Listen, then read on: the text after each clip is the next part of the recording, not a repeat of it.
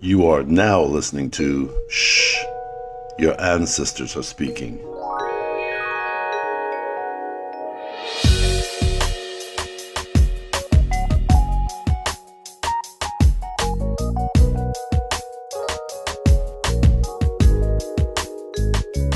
Hello, and welcome to my podcast. So, the first episode, we discussed how I got here, what brought me to do this podcast, and what the podcast was going to be about. This week, we're going to discuss The Matrix.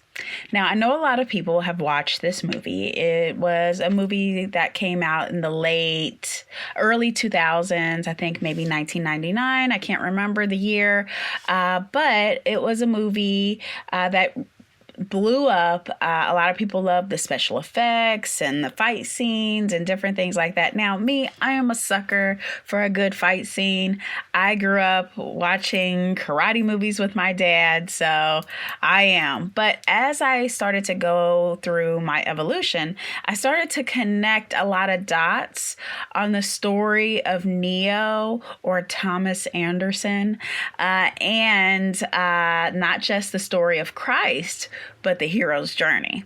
So that's what we'll be discussing today, the parallels of both and what was the lesson in the movie. So the movie starts out with Trinity escaping this impossible situation. So I think that was like before its time, because not often did you see a woman that was just like a complete, kick butt girl, without the help of a man. And I think it kind of was a symbolism of her just being able to do it on her own if necessary. I really like that. A lot of female empowerment. And then the scene after that, it was Neo laying at the computer, and it said, "Wake up, Neo, you're in the Matrix." And I thought that was a good opening, because isn't that the beginning of anyone's awakening, is when they realize that they've been asleep the whole time, and when you wake up, it's almost like you've been drowning and you come up for air and you're like, oh goodness, there's all these new sensations and all these new things. So I thought that was really cool as an introduction to him. Even when the guy came to buy the program and he opens up the door and he hands him the program, and he's like, oh, you're such a lifesaver, my own personal Jesus Christ. That was the first connection to this being the story of Christ, and how this is like the main source of every good movie. There is the becoming of the hero. And then you meet Morpheus, who is the mentor that you meet along the way, that helps guide the way, that maybe believes in you more than you really believe in yourself. And then you have the Judas of the story, the guy that betrays them and that caused a lot of the chaos that happened in the movie. But I'm getting ahead of myself. Let's back on up to after Trinity meets Neo. And I think initially she saw something in him as well. So how many times in our life has someone saw something in us that we didn't necessarily see in ourselves? And sometimes it takes the vision of others to first break the ice and us realizing who we are in that whole situation. I thought it was really cool that she was the one that really, it said to follow the white rabbit in the beginning. And when I looked up the symbolism of white rabbit, it was a plethora of things like fertility and purity, but also it was to lead into a direction of awakening. Because if you think about it, in the Alice in Wonderland, while the rabbit was very chaotic and all over the place, he was actually the crux that let her know she was going down the rabbit hole. So, and then the idea of going down a rabbit hole. So they were playing with a lot of words in this movie. I really, really like that part. So let's talk about how The Matrix is connected to, because everybody knows the movie. He realized who he was by trying to rescue his friends, and he became who he was through death. But how does that really connect to the hero's journey? Well, the hero's journey in every movie, first begins with a call to adventure. He discovered the Matrix, and he was looking for Morpheus just the way that Morpheus was looking for him. Think about, now let's also connect that to the story of Christ, right? How we are looking for God, but also God is looking for us. Right?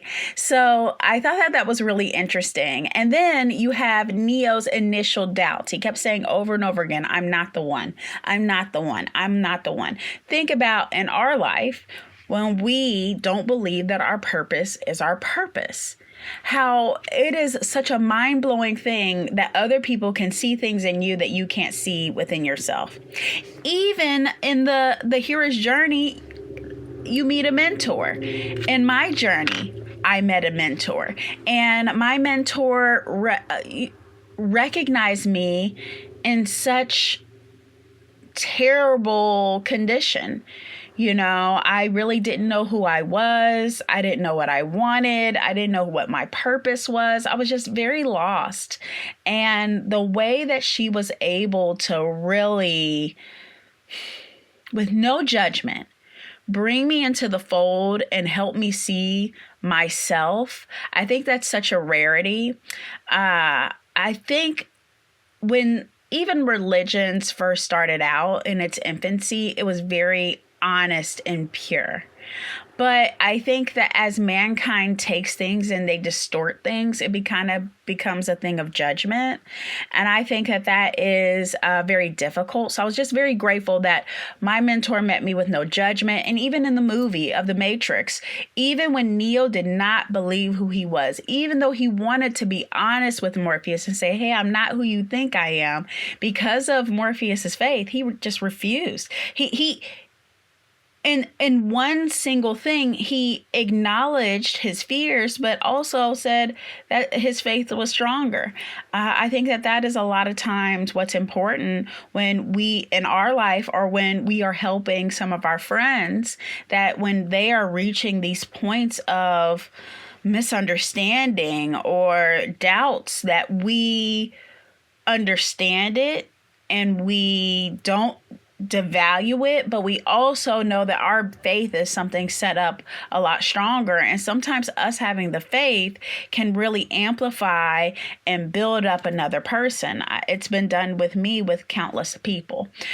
So then you have where he crosses this threshold where he was given a decision. And something else I noticed when rewatching this movie is that in so many parts, he was always given two paths. I tell people all the time when they say, okay, should I get married? Should I do this? Should I do that? And I say, there is no right or wrong answer. There are only paths. One path is what you've always done. And another path is of higher upliftment or knowledge. Which path are you willing to take? So he, of course, takes the red pill, which opens his mind and he leaves his current reality. So in that, he says this quote. He says, this is your last chance. After this is no turning back. Now, think about how many times in our life where we made decisions and we were very unsure of these decisions and we were very scared of these decisions. But once we make it, there is no going back. We have to choose and stop putting one foot on one side and another foot on another side. That was the whole reason why this podcast came into fruition, is because I was teetering two worlds and I had to pick one. I had to pick the red pill, because as much as I am awakening, I have to understand that we are all, the reason why you are here, the reason why you are watching this is because you are under that same frequency. You are awakening. So who better to kind of guide you on that path than someone who's also awakening? So then he goes through trials and tribulations of trying to understand his power.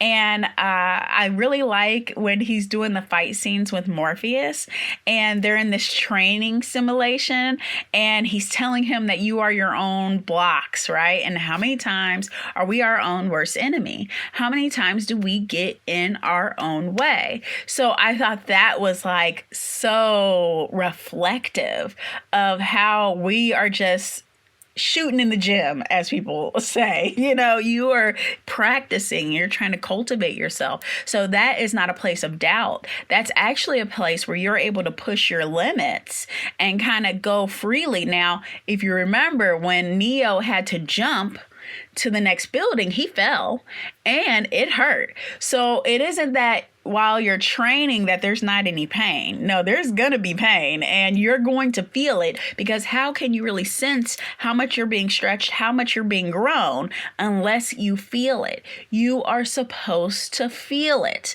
That's what comes with it. So then you have the confrontation with Agent Smith. Now, I am a sucker for a good fight scene. I love the fight scenes. I thought when I was a kid and I was watching this, I said, man, these people are cool, because I was like really into martial arts. My dad had me into martial arts and I used to fight in tournaments and different things like that. So I thought that was the coolest thing.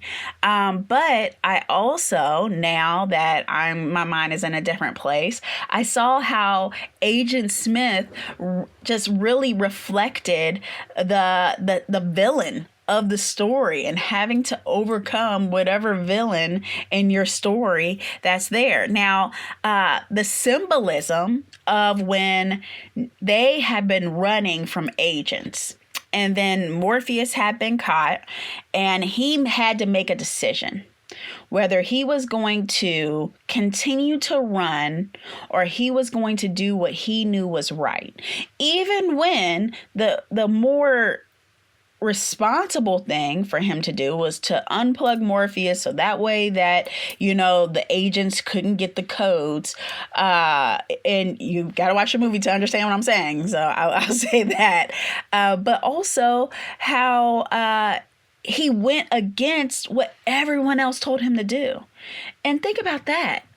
Think about how many times in your life have you been on this path, you're going through adversity, and everyone has an opinion as to what you should do. Now, that doesn't mean that we should not take people's opinions into consideration. I really think we should. I think that the people in our life are there to help us, whether they build us, whether they sharpen us, they are there for us. But at the end of the day, the messages that you hear from God or from your higher self, from the universe, is a personal one-on-one conversation. It was not a group call. It was not a conference call. God told you. So a lot of times people aren't going to understand what you're here to do. They're not going to understand why you're making certain decisions that you're making, because it's personal. So how he went against what everyone said, he rescued Morpheus, getting another piece of his higher self, getting another piece of enlightenment and who he could have been. And then from there, they get back to, trying to get back to the ship, and Neo can no longer run from Agent Smith. And it is a showdown of all showdowns, and he fights him, and he's on the brink of losing, and right at the last minute he jumps out the way. Agent Smith gets hit by the train, but before that he calls him Mr. Anderson, and he says, "My name is Neo," right? And he jumps up and he knocks him off of him. But think about that, right? The symbolism of what is a name. A name gives us power and authority. This isn't the only movie that we've watched where a name has power. If you think about in Roots, when they tried to give what was his name, Kunta Kinte, their name, he said, "My name's not Toby." He refused to be acknowledged by the name they give them. I think that we can connect that to labels and how we need to not have the label other people give us, to have our own label. Our name gives us power, whether it's the name you're given or the name that you acknowledge. It gives you power. Do not allow someone one to rename you. But through his death, did he realize who he truly was? When he was killed and he came to be, he saw the matrix. He saw the lines in the matrix. And that is how it connects also to Christ's story. In the story of Christ, you have Judas. Judas was the one that betrayed him. In the movie The Matrix, he was betrayed by the fellow man on the plane. And the man did not want to be enlightened anymore. He wanted to go back to the status quo, back to who he was. And think about, because of Neo's sacrifice, was he truly able to step in into who he really was, just like in the story of Christ. Now, I'm not here to say one thought process is better or has more validity than another. I am only showing you the same process in every story, so you may see it in your life. I believe that we have the hero's journey in our own story as well. Every time that we go up another level, we have another opportunity to meet the level boss, to beat our version of ourself, because that's what the boss is really. The villain in the story is always another version of ourself that we have to beat. So here's another opportunity to confront that, to beat that, and to overcome it. We can make decisions to have a better life, or to keep repeating same things over and over again until we learn the lesson. Sacrifice and redemption, that it is when we give up everything. When we no longer have these restraints of physicality, are we able to truly be free? A lot of times we are imprisoned in our own mind and we are stuck, but we have to let go of what we used to know and know that we are coming into a newness of thought. And then you have faith and belief. I think that if you looked at Morpheus, he was very reflective of unbridled faith, and that Neo was filled with doubt. Now, did he being filled with doubt make him any less the one? No. So we are all filled with doubt at times, but it's about releasing that doubt, releasing that fear, to know that certain things are for us, so therefore it no longer can imprison us. I think some of the main lessons in this story was, are you living in a dream world, or are you being authentically yourself? Are the decisions that you are making today going to help you get to where you need to go? And are you allowing the betrayals, the disappointments, the letdowns to destroy or deconstruct what you're trying to build? Or can you have a different mindset and use these things to catapult you to where you need to go? Now, I know when it comes to a lot of us healers, we a lot of times are thought to have a lot of the answers, and so we feel as if at times we cannot be real or authentic, and that is so furthest from the truth. I truly, really believe that the reason why we go through things is so we may be a tour guide for others. I think that we are all Neo in our story, and we are here to bring enlightenment to the masses. At the end of the movie, when he's talking on the phone and he talks about how he is going to expose them and he is going to bring light to a situation, he is talking about the Matrix, but that it needs to be all of our story. That needs to be all of our story, how we are going to use the things that we have gone through so we may teach our children, so we may teach our loved ones, so we may teach the people that are open to learn what enlightenment is, but also be open enough to still be able to absorb and learn ourselves. I think that constantly our higher self, God, the universe, whichever term you may use, there is no one term. I don't believe in one belief system. I believe that everyone's belief system are nothing but reflections of us looking at the same thing, and they're all valid and needed and necessary. So when I use different terms, it's to connect to people with different belief systems, and I believe that everyone's belief system is correct. So I do want to give that. And in this, I mean no disrespect to anyone's belief system. This is just the way that I interpret things. This is the way that I look at these kind of movies, is that what is this trying to teach me in my life, and what other stories does this sound like? I can name you movie after movie, story after story, play after play, where there is a hero and there is a villain or antagonist, and they feed off of each other. Both are necessary, because it takes that hero to go through, to lose everything, to gain the knowledge that's necessary, to feel like he's dying, to be able to come back renewed, to be able to re-enter themselves back into the system, so that way they can create the change that's needed and necessary. So I thank you guys for taking a look at my podcast, and taking a listen at my podcast. And if you are on YouTube, thank you so much for watching. I will be bringing you a movie every single week, so that way we may enlighten each other. Again, if you have any movies that you want me to take a look at or talk about, please comment below. If you have a story, you may always email me. You just need to go to smoothiefox.com. Go ahead and put it in the contact us section. I would love to be able to just do a podcast of reading stories. I think that would be really cool. I appreciate every single one of you, and I look forward to you guys next week. Have a good night. Thank you for listening to Shh, Your Ancestors Are Speaking. Subscribe to the channel and click the follow button.